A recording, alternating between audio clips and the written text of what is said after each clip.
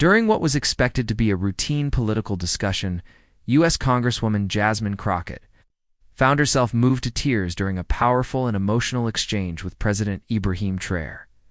What he said wasn't loud or dramatic, but it was real, honest, and deeply human.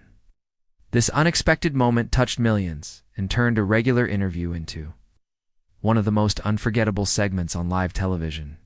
It was supposed to be a simple, televised conversation. U.S. Congresswoman Jasmine Crockett had flown to Burkina Faso for what her team called a standard diplomatic interview. They expected polite answers, discussions about West Africa's security, maybe a few economic talking points. The cameras rolled, the lights came on, the studio was cool and quiet. President Ibrahim Traoré entered calmly, offered a gentle handshake, and sat down beside her. His presence was humble, his voice soft. Things started off as planned, but something shifted. It was when she asked him, "How do you keep hope alive with so many challenges?" He didn't answer right away. He stared at the floor, then looked at her not as a president but as a person, and he said, "Hope doesn't come from speeches. It comes from funerals." The room froze. Jasmine blinked. She wasn't expecting that. "What do you mean?" she asked softly. He leaned forward. "I've buried more friends than I've shaken hands with." World leaders? There was silence, and that's when the tears started forming in her eyes. Because in that one quiet moment, she realized this wasn't a conversation. It was a confession. The interview kept going, but something had changed. Traoré wasn't answering like a politician. He spoke slowly, gently, as if he was remembering more than he was reporting. "My closest friend was named Malik," he said. Looked off to the side, hands clasped, thumb nervously rubbing his knuckle. "He died during an ambush while trying to protect a school. They shot him in the leg first. He bled for 30 minutes. No ambulance came." Jasmine covered her mouth. She wasn't expecting this. No one was. He continued, "When I got there, he was still holding his radio, still calling for help, still believing someone would come." "And did someone come?" she asked, barely whispering. He shook his head slowly. "Only me, and I came too late." No one moved. The cameras were still, the crew silent. "He was the reason I joined the army," Traoré added. "And now I lead a country he never lived to see free." His voice didn't crack. It didn't need to. It was the calm that hurt the most. It's that soft, steady voice talking about death like it had become normal. And in that moment, Jasmine realized this. Man wasn't leading for power. He was leading out of pain. After the break, Jasmine asked something unexpected. "Is there anyone you carry with you?" Traoré reached slowly into the inside pocket of his modest jacket. From it, he pulled out a worn, creased photo. A black and white picture faded. Almostern. It showed 3 children, 2 boys and 1 girl, standing in front of a small mud house. "This was us," he said. Before everything changed, he pointed to the girl, my sister. Her name was Aminata. "What happened to her?" Jasmine asked gently. "She died of malaria at 11. He paused. "We had no money for medicine. We tried boiling leaves and praying. It wasn't enough." He folded the photo carefully and placed it back in his pocket. "I promised her at her grave that one day no child would have to die because they're poor."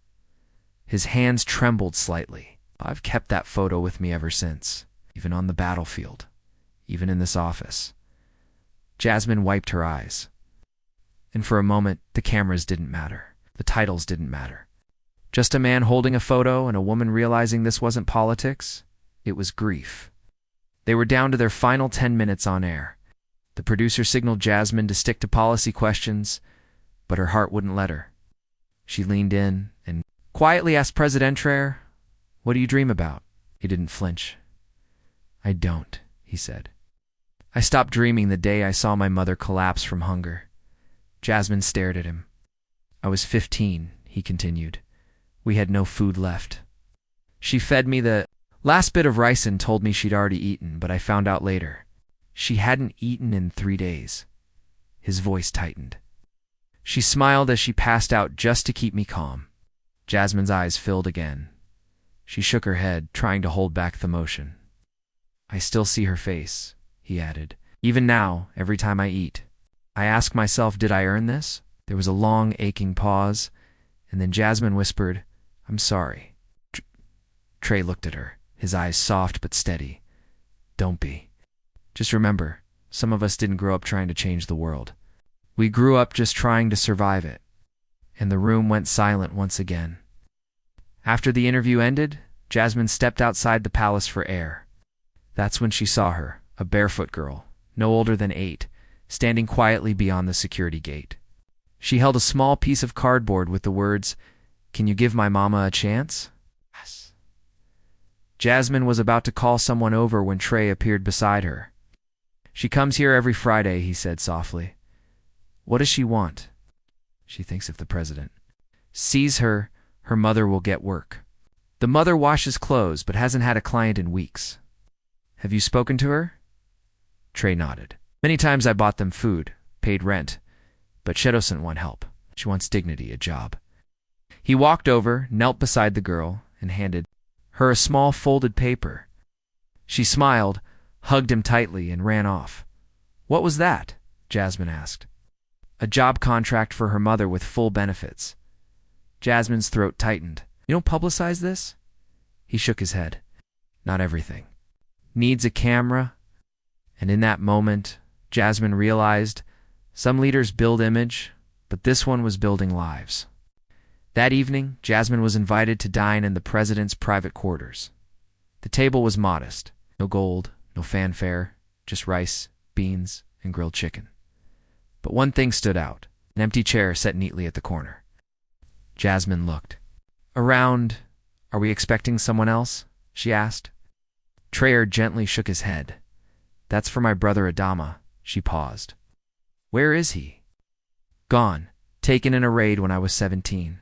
I was supposed to be there, but I had left early to find water. He stared at the chair. He always sat there, told me stories while we ate.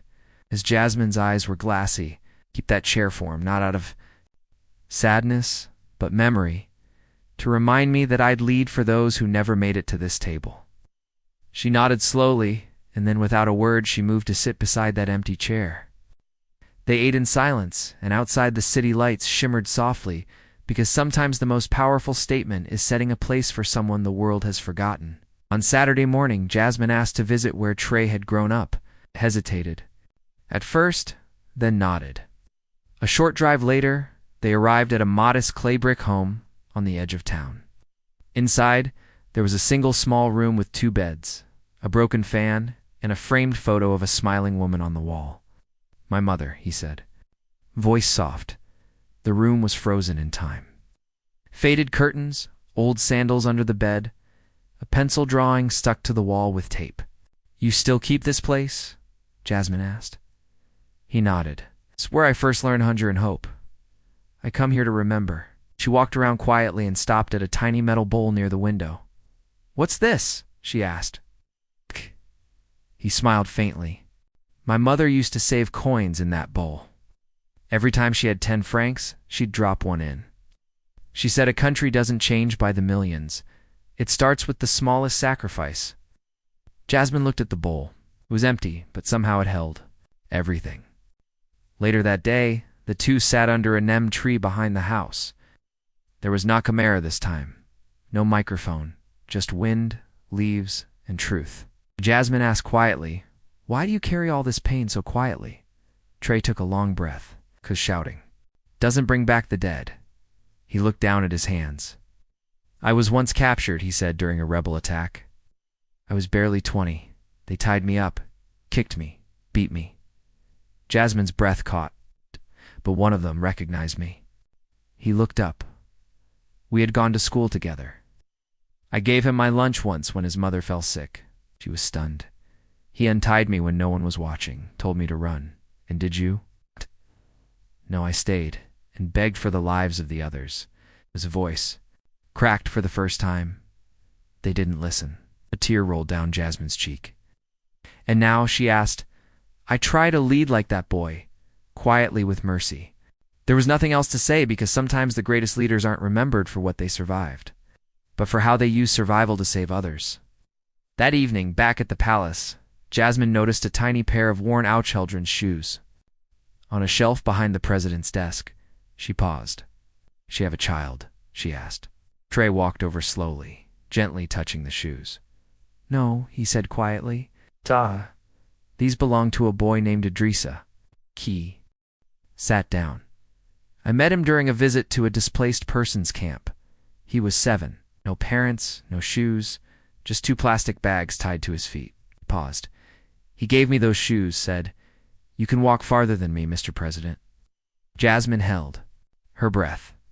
3 days later, he died of pneumonia. She turned away, trying to hide her tears. "I wanted to bury the shoes with him," he added, "but his aunt begged me to keep them. She said he believed you were different, proven right." He looked at Jasmine. "I keep them here to remind myself of the weight I carry. Every step I take is borrowed from someone who never got the chance. And that day, a pair of little shoes said more about leadership than any crown or flag ever could." On Sunday morning, President Traoré invited Jasmine to visit a rural clinic just outside Ouagadougou. No press, no security show, just 2 cars and a quiet drive. The clinic was small, tin roof, cracked walls, and the smell of antiseptic hanging in the air. Inside, Jasmine noticed one empty bed among rows of sick children. That bed used to belong to a boy named Thomas. Tro said, his voice barely above a whisper. He had tuberculosis. His mother walked 18 kilometers carrying him here. But when she arrived, the only oxygen tank we had was broken. Jasmine looked down. We called the capital for a replacement. It arrived 2 hours too late. Pointed to the ceiling fan, which barely moved. That day, I realized something painful. Being president doesn't always mean you can save someone in time. Jasmine wiped her cheek with the back of her hand. We later fixed the tank, repainted the walls. But that bed, he paused. That bed will always remind me. Leadership isn't just about fixing what's broken. It's about who we lost while we waited. In that room, the silence was heavier than any speech. Later that day, Jasmine joined Traoré. At a local prison where he was scheduled to speak with inmates as part of a rehabilitation project, he entered quietly. No suit, just a plain shirt and sandals. They led him to a man sitting alone in the corner. "This is a suff," he said. Man stood slowly, older now, with graying hair and soft, tired eyes. "We fought on opposite sides of a conflict years ago," Trau explained. "He was captured, and I gave the order to detain him." Yes. Jasmine's heart dropped. "But today," Tro continued, "he teaches other prisoners how to read. He volunteered for it, even asked for more books." Jasmine turned to Isif. "Why did you forgive?" "Him has smiled, because he changed. And because I've done things I regret too." Tro stepped forward. "I didn't come here to lead a country of perfect people." He said, "I came to build a country where broken people still have a future." Jasmine couldn't hold back anymore. A tear fell. And in that prison cell of all places, she saw the kind of freedom that no law could give. The freedom that comes from healing. That night, Jasmine sat in the guest quarters, overwhelmed. She took out her phone to write a short message to her mother back in Dallas. "Mom, I don't know how to explain this trip. I've cried more in 2 days than I have in 2 years. She paused, deleted it, started again. "Today I watched a president sit with a man he once called an enemy. I saw him leave flowers by a child's hospital bed." Again she stopped. Nothing felt big enough. No words could match what she had seen. She stood up, walked through the hall, and saw Trey by himself on the palace balcony. "Couldn't sleep, eh?" she asked. He smiled. "You get used to carrying things." She nodded. "I tried to write my mom, but I couldn't finish the message." He turned to her gently. "Some feelings don't fit into words. That's why we live them out instead." Jasmine looked at him. For the first time she understood. This wasn't just a political trip. This was a heart learning to feel again. On Monday, Jasmine accompanied Trey to a small military outpost. It was nothing like American bases, just a few concrete buildings, worn-down uniforms, and the smell of sand and sweat. They were there to honor a fallen soldier. His name was Jean Baptiste. He had died protecting a school bus from an ambush alone with no backup. Jasmine looked at the single framed photo hanging on the wall. He was just Arshasen, Tro said. First in his family to finish school, joined the army to pay for his sister's surgery. There were no reporters, no ceremony, just the mother of the soldier, holding back tears as she handed Trey a small leather notebook. He wrote about you, she said. Dor opened the last page. It read, "If I die before seeing peace, tell the president I still believe he's the right one to finish what we started." Jasmine turned away, her face crumbling. Trey held the notebook tightly. "I lead for people like him. I walk in their names." And at that moment, Jasmine understood why his silence carried more power than 1,000 speeches. That evening back at the palace, Jasmine was preparing for their farewell dinner when she heard quiet footsteps outside her door. It was Trey, phone in hand, face pale, shoulders slumped. She stepped into the hallway. "Is everything okay?" He nodded barely. "I just spoke to the father of a girl who was kidnapped last night by militants in the north." Jasmine froze. "I had promised her safety 2 days ago. She was supposed to start school today." He ran his hand over his face.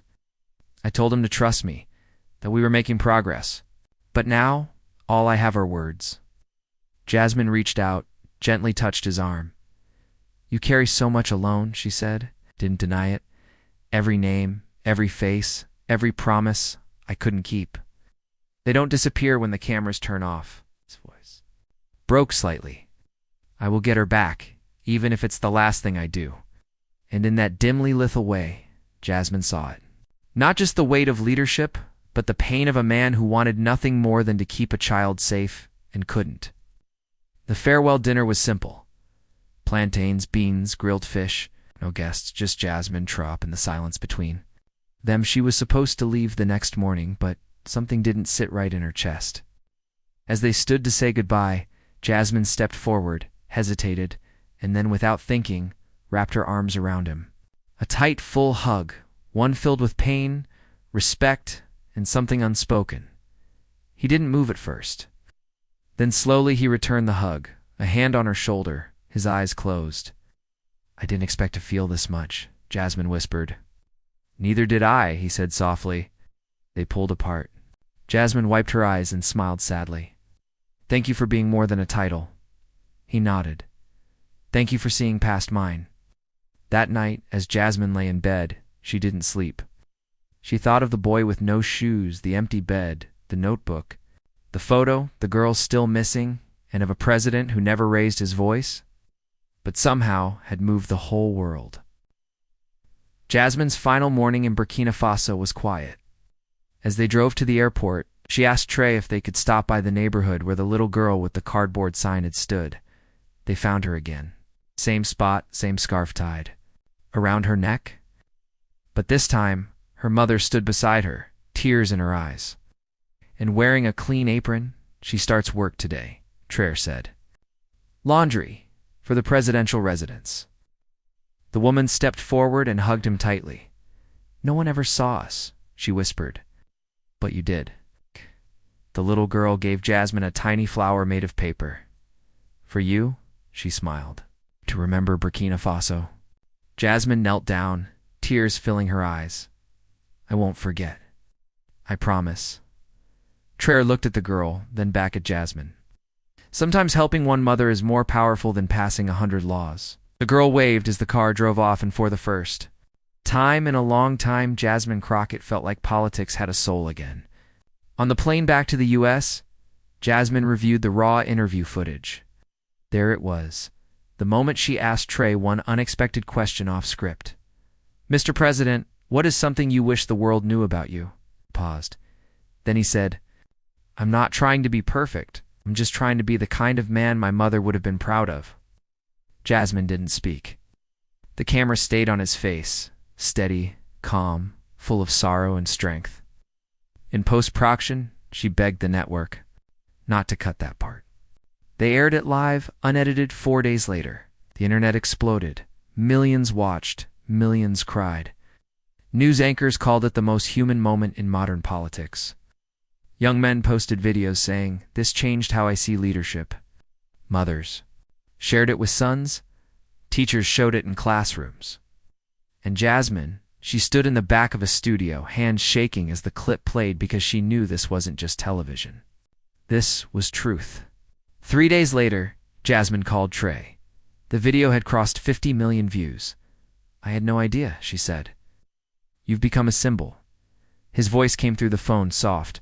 "Oh, I didn't want to be a symbol. I just wanted to serve my people." With love, there was silence. Then he added, "Make sure the world doesn't just talk about me. Let them remember the little girl, the soldier, the boy with no shoes, the man in prison. Those are the real stories." Jasmine wiped her tears again. "Thank you, Ibrahim, for what? For showing us that quiet strength is the loudest voice of all." That night, she posted a photo of the paper flower resting beside her microphone. And she wrote, "In a world of noise, one man spoke softly, and the world finally listened. Now it's your turn. If this story touched your heart, if it made you cry, if it reminded you of the power of kindness and true leadership, please like this video. Drop a comment below. What part moved you the most? And don't forget to subscribe so we can keep telling stories that bring humanity back into the spotlight. Let's make the world listen to hearts, not headlines. Thank you for watching.